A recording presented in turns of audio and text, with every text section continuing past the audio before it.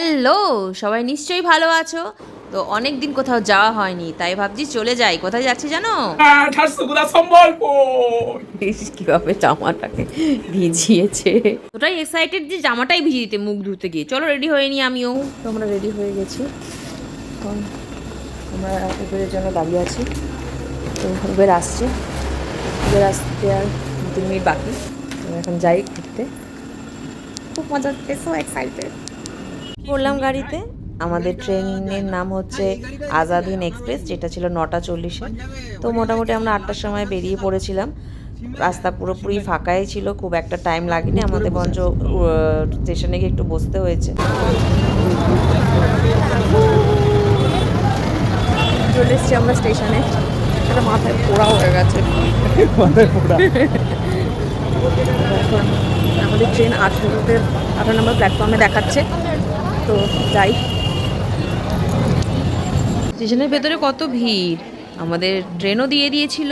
আমরা কেটেছিলাম 2 টায়ার A1টা অনেকটাই দূরে ছিল, তাই আমাদের অনেকটাই হাঁটতে হয়েছে।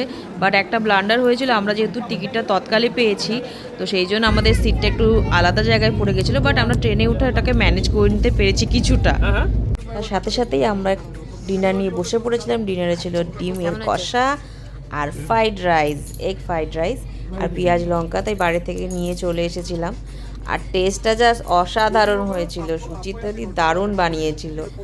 মানে এই ট্রেনে গেলে কতক্ষণে খাবো এই চিন্তাই মাথার মধ্যে ঘুরছিল। খুব খিদেও পেয়ে গেছিল এতটা হাঁটার ফলে। শুয়ে পড়লাম। আমাদের একটা প্রবলেম হয়ে গেছে যে আমাদের সিটগুলো আলাদা পড়ে গেছে। কোনো অসুবিধা নেই, ওই পাশে আছে আপার সাইড আপার একটা ওর, একটা সাইড আপার আমার। তো যাই হোক, কোনো প্রবলেম নেই। লাঞ্চটাও এই ডিনারটা বেশ ভালোই হলো। একটু শুয়ে নিই, দেখা যাক পুরোটা কেমন বেড়েছে। তাই সকালবেলাটা দেখা।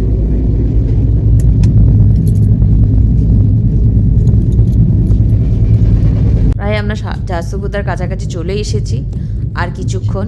তাই একটু বসে বসে, এখন ট্রেন্ডিংয়ে এরকম চলছে, তাই এটাই করে নিলাম ট্রেনে বসে বসে। আর একজন ফ্রেশ হতে গেছে।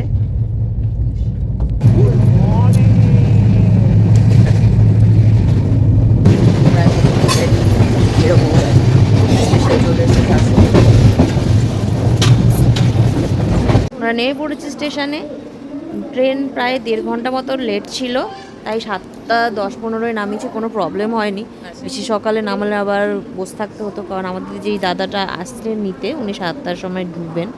তো ফোন করা হয়ে গেছে ওনাকে, উনি বললেন যে উনি চলে এসছেন। তো চলো এখন রওনা দেওয়া যাক। তো ফোনেই ব্যস্ত।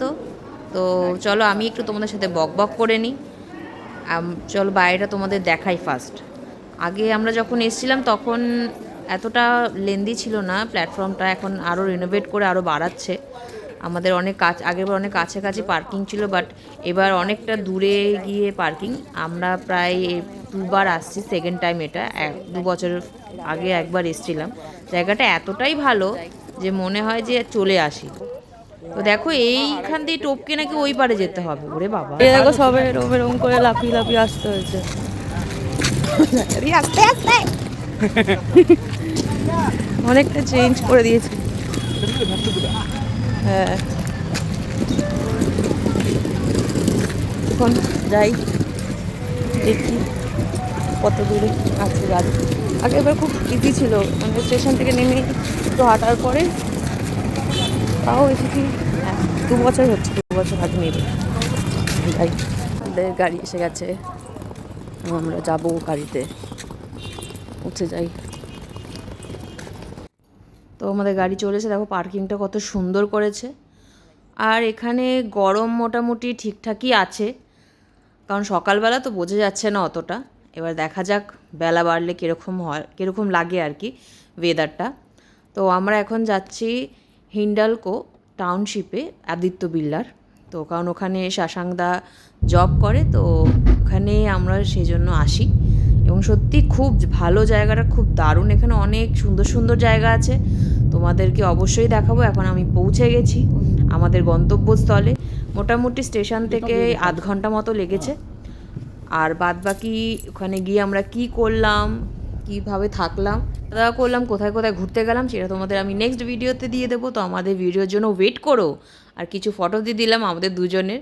তো টাটা বাই, দেখা হচ্ছে নেক্সট ব্লগে, বাই।